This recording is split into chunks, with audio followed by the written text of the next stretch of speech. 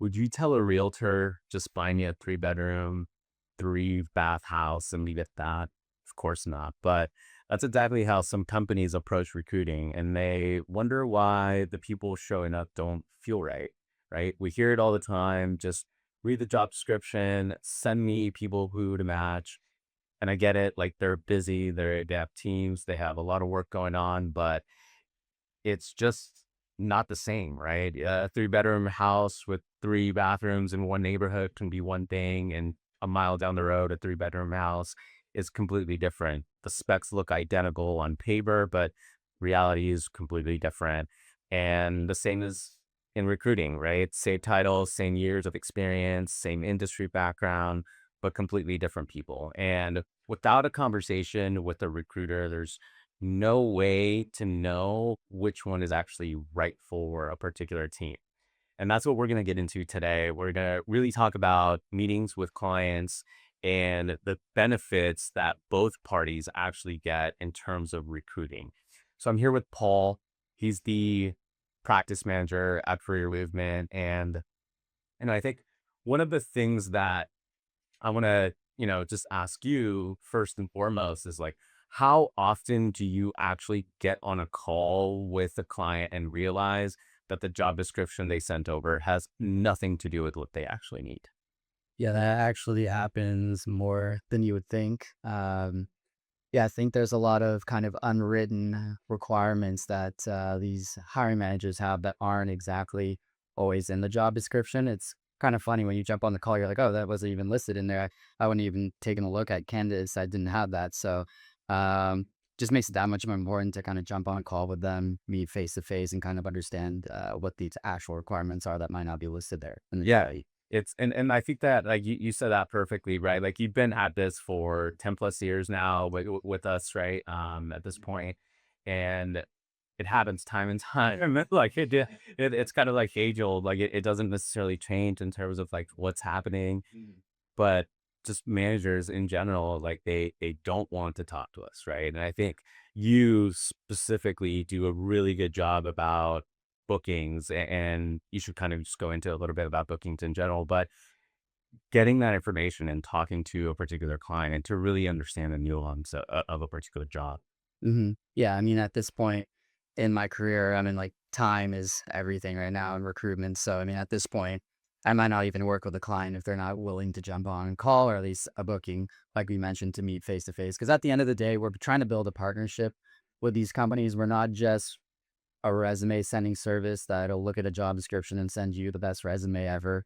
All the clients that I've had long term, I've either met with in person or if they're far away or video. It helps build out that relationship, but also it's going to save them time in the long run. I mean, you could have a recruiter just be sending you resumes, and usually the process gets held up based on miscommunication or just lack of communication, not knowing exactly what you're looking for. Just taking that 10 to 15 minutes can really change everything, save you weeks in time for hiring. Right. Yeah, I think you're absolutely right that taking that first initial meeting, whether it's that 10 minutes, half an hour, whatever it may be, but it's so crucially important for the time management of both parties, right? I had a client in Florida that was working with like another recruiting firm, and they were looking for a senior accountant. That manager was getting people that were like cashiers at like Walmart. Mhm. Those were the resumes that recruiting firm was sending them. It was like baffling, and he wasted basically a month working with that recruitment agency because they're just sending them anybody that could like theoretically count. Yeah, but that's not really counting, right? Like, Yeah. and that wasn't the job. What I ended up finding in my conversation with him is he actually really needed somebody that had accounting firm experience and truly understand that. Right. So it's one of those things where you take that time, you really focus specifically on what is actually going to get somebody through the doors and Mm. stay there. But it's completely different. And it was a completely different search for me once I talked to him than the first candidate I had in mind before that phone call. Mm. Yeah, no, for sure. Like we're hired for the most critical hires for these companies. They're not going to hire us to bring on entry level people that they can find easily. through their job descriptions and job boards. So I think it's that much more important that they're jumping on these bookings, meeting with us, and we're understanding exactly what they're looking for. We're not sending them plumbers for these types of jobs. But yeah, that's for sure. Yeah, and I think, like, also, like, for you, you obviously aren't just doing a meeting, like, at the beginning, right? You're obviously continuously talking to your client, discussing the candidates that you've talked to, whether you've submitted them or you haven't submitted them, just so they understand kind of the market of whatever their search is. But can you talk a little bit more about that and how that's impacted a lot of, like, your searches and throughout, like, your history with Yeah, us? no, for sure. Specifically, the clients that have multiple positions, I'll have a check-in call or meeting with them each week. That just kind of helps kind of learn what's the urgency on each of these roles. If there's multiple of them going on, kind of updating them where candidates are at, where they're at in their interview process. Really focusing on the candidates that they're most interested in. We can kind of give them all the information, break down how we can land them. Have you noticed in your check-ins where, you either haven't sent anybody for a week, right? And then the client's basically saying, "Hey, like, what's going on? You're like, I haven't seen any new people," but, like, nobody's necessarily met the qualifications that have passed your test to even get submitted. But they think, like, obviously nothing's happening. And how do you build that relationship? Yeah, of course. Yeah, you got to give the client the feedback of what's going on in the search background. We always try to put together at least all the statistics and the details, like how many LinkedIn emails have we sent out, how many people have applied through the job boards, how many candidates have we interviewed ourselves, how many we sent, how many got passed on. So a lot of factors kind of go into it, and giving them that feedback, like, hey, there's not that many people out here. Like, can we flex on some of these requirements that you might have to kind of help kind of drive the search process forward? Yeah, can you tell me a little bit more about that? Like, how, like, why do companies, like, when you give them and talk to them, like, think about what their actual pool is, right? And, like, how does that actually change? Because they theoretically still need that same type of person. Yeah.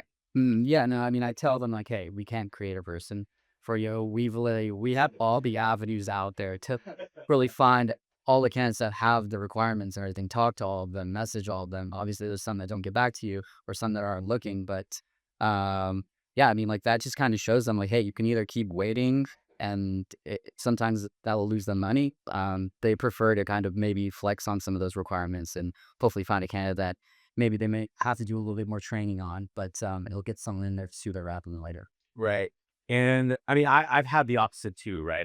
I've done the same thing. I've told them, hey, this is what your pool is.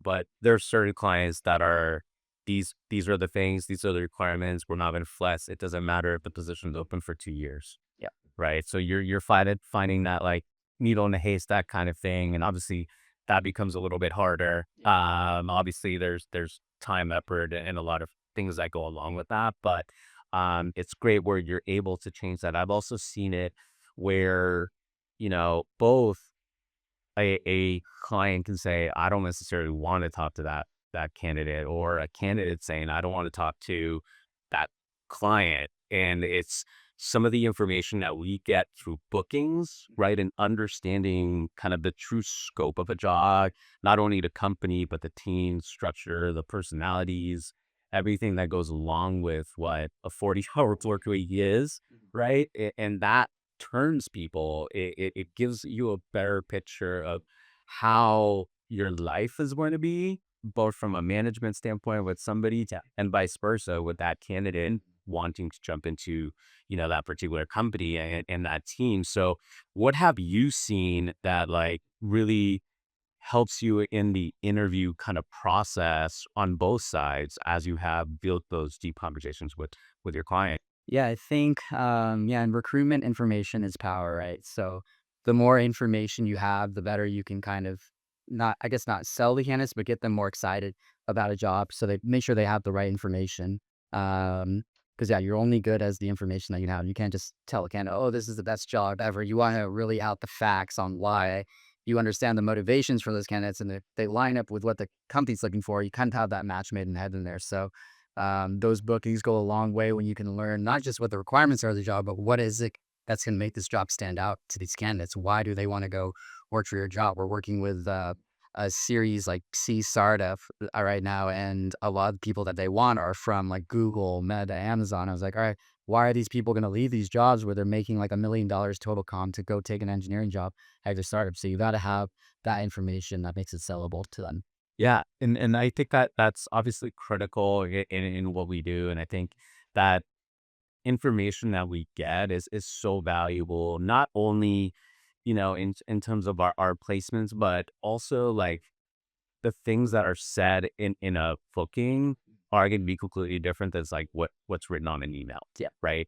I think there's obviously we've all fallen into that trap with certain clients where all we do is have an email communication, simple back and forth, but we don't really know what's going on, right? I know that I've had it in the past where like that's been the case, and there's stuff going on in the background, like at that particular client I had no clue, right? And, with bookings as you do that, doing them regularly, obviously, you have that pulse of like what's going on in those four walls versus what you think you know. And I think those are, crucial in terms of having a productive process overall for having a good experience with the candidates and a good experience with the client. Mm. Yeah, no, for sure. I think something we also didn't hit on is kind of more like the human aspect, the relationship aspect between the hiring manager, client, and the recruiter. You want to meet face to face, right? You're going to trust someone more that you're partnering up with that you've met with over video or in person rather than just someone that you're just emailing. If I know we're so attached to just like text messaging, emailing now, uh, it's almost like a lost art. The person to build up those relationships, but I think that's like one of the most important things that bookings bring to both sides, the recruiting side and also to help out the clients. Right. Yeah, and I think, one thing that has been, recent for me in my bookings, and I have one exclusive search going on right now that is completely, on the DL. Like they don't want any information, out there about this particular search. They don't even want me using or emailing them about this particular job, right? So, I didn't know that, right? Like I wouldn't have known that unless I had that booking. And because they don't want any documentation on their email for this confidential search, I actually made them a web page, and like full dashboard so they can kind of go in there, they could see the process and then they get back to me that way versus the normal communication because, this one's highly secretive in terms of confidential search. So, um, but again, it's that information, right? It all goes back down to the information that you have and you're able to understand anything that that particular client needs, right? And going back to like my real estate kind of analogy from the beginning, you know, I might want a three-bedroom, three-bath house with an open floor plan because I just want everybody to kind of hang out and have like this together feel. But if you're working from home all the time, you probably want it to be a little bit more closed off because you're in office, you have calls, you have Teams meetings. You don't want to hear what's going on down the house, right? So like all those things are so particular in what we do. There's so many little intricacies about things, and understanding that is like just like you said, information is power, Mm. especially in our business, and the bookings are so crucial to them, right? I think you know I wanted to kind of just talk about how does it feel from like your side when like you have a client that's not necessarily engaged with you, right? Like you have some bookings, but or about A's booking and that's it. But how does it feel for you? Like, how do you turn that into a process where they see a value in talking to you? Mm. Yeah, I mean, for me, it's pretty easy for me to turn just because I get way more excited when I've had a booking with a client. Like, I don't really want to work with a company that's not kind of giving me the time of day or anything. So for me, it gives me that motivation to turn it pretty easily. But just kind of showing them, like, hey, give me 10, 15 minutes of your time. I really kind of can show them through the resumes I send literally after that call. I think that's really where the product of the work gets shown after you have that call and you really deliver for them. Because without that booking and some of the resumes that you send are kind of just craft shooting at that point. But I think that's really where you get to shine is when you got all the information. Now you go out, do your search, you find a really good resume to send over to them, and then you get it over to them, and then they're like, "Wow, that booking is definitely did that." Nice. Have you had it where they're also like, "Why did you send me this person?" Mhm. Like after the booking or before booking? Both. I mean, before booking, yeah, all the time because I don't know what I'm looking for. We got a chance to talk. I thought they had everything, all the requirements on your job description, but apparently that wasn't exactly what you're looking for. Can you jump on a call and figure it out? But I think after a booking, it has happened. It's way more rare, obviously, but that just means there was maybe some miscommunication that we missed in the initial meeting when we were going over the role, and that just means we gotta jump on another call and figure out exactly what we were missing. Got it. Got it. Yeah. So, and that's like really interesting, right? Because you said let's jump on another call, right? Like things change, obviously. So whether it was a miscommunication or something else changed, I know that I personally had it with some of my clients where they have a whole bunch of like resumes, they've talked to a bunch of people, and after they talk to a bunch of people, the recs are completely different, right? Like, yeah, it's just like the basics are obviously the same, but the back end stuff is gonna be different, and that's changed the search. So like how does that impact like your call, right? Your follow-up booking. Mhm. Yeah, I feel like that's actually happened quite a lot recently. Like we're working an accounting manager role, and then out of nowhere, there's like 5 interviews. They like the people, but like, hey, we actually want a controller now. And it's like, oh, okay, that's gonna beat these guys. Is definitely not good for that role. But yeah, I mean, it affects the search a lot, and you just got to jump on obviously another call, figure out exactly why they want to make that move up to that, and then kind of learn the new specs and everything. Obviously, we don't get our full payment until we've actually gone and hired for them. So if they change their mind, we got to be there for them to kind of restart the search on whatever it is that's new for them. Right. And I think that that's also funny that you say that, right? I think there's some managers that don't even understand how we get paid, right? Like, yeah, they're working with a recruiting partner, but they don't know how we get paid. So they're just like, if they send me resumes, they're probably getting paid, but that's obviously not the case. And there's like obviously an education that happens during cookies sometimes, um, which is really like it's funny on both sides, right? But I think, like, the fact that once a manager really understands how we earn our money, they do see there's a slight change in perception a little bit of, like, "Okay, this guy's working for free. I guess, like, he probably doesn't wanna do that, so he's not, like, just sending you trash because they're on, like, a higher trash, right? So it's just it does change the dynamic, and I've had that, but I think, like, that those honesty conversations are kind of what drives a relationship, right? Like, I think, we've had it where we've had some clients that we've worked with and, like, one particular relationship with one manager, and then we build that relationship with a different hiring manager, and it could be, like, the CTO or whatever, right? And they're the ones, like, we find out are the actual decision makers, um, and once you build those relationships, like I think some of the doors open for having like true honest communication, not only about a job, not only necessarily about like a particular search, but just an overall perspective of like what it's going to take. I think, you obviously talk to your clients about closing a candidate before they're even getting to, an offer stage. And, we obviously do that with candidates as well. Yeah. Right. Like there's hypotheticals and you want everybody to figure out what that is. And again, going back to your point of information is power. But like how do you talk about like pre-closing a candidate or a candidate process to your clients during your bookings? Yeah, no, I think that's one thing that if you're a good recruiter or a good recruitment agency, you always do that. So you don't want to have any turn downs at the end or your client's offers getting turned down. I think that's when they sometimes get mad at you or get a little bit frustrated. So I think that's something that we do really well is pre-closing the candidates. And basically in the process is just kind of understanding what their hot buttons, what their motivations are. Like, why do they want this job? Are there any questions that they have? you can prep the client on, hey, if you're doing a final interview with you, like, hey, these are still some questions that they have lingering. They do want this job, but there's some questions in the background that they want to get answered. Hit on these points in the interview so they get them answered. And hopefully, yeah, it connects with what they're looking for.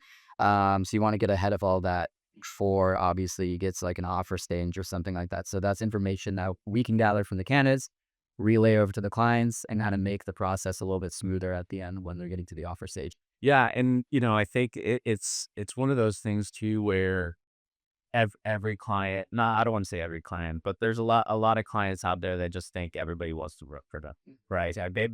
They fail to see that candidates also have options. Like they could stay with their current company, they can go to a different company. Like there's a lot of things that have to align, and yeah, if that candidate like wasn't going through you or a recruiter that actually had that conversation with that particular client, like would they have landed that candidate, right? Like, would they actually be an employee? And I don't want to say it's 50-50, but like, I don't actually know. Mm. But I don't think if a client doesn't know that going in to that final interview of how do I answer and like prepare for this candidate to jump in my doors, they're probably going to say no, even if they extend them an offer.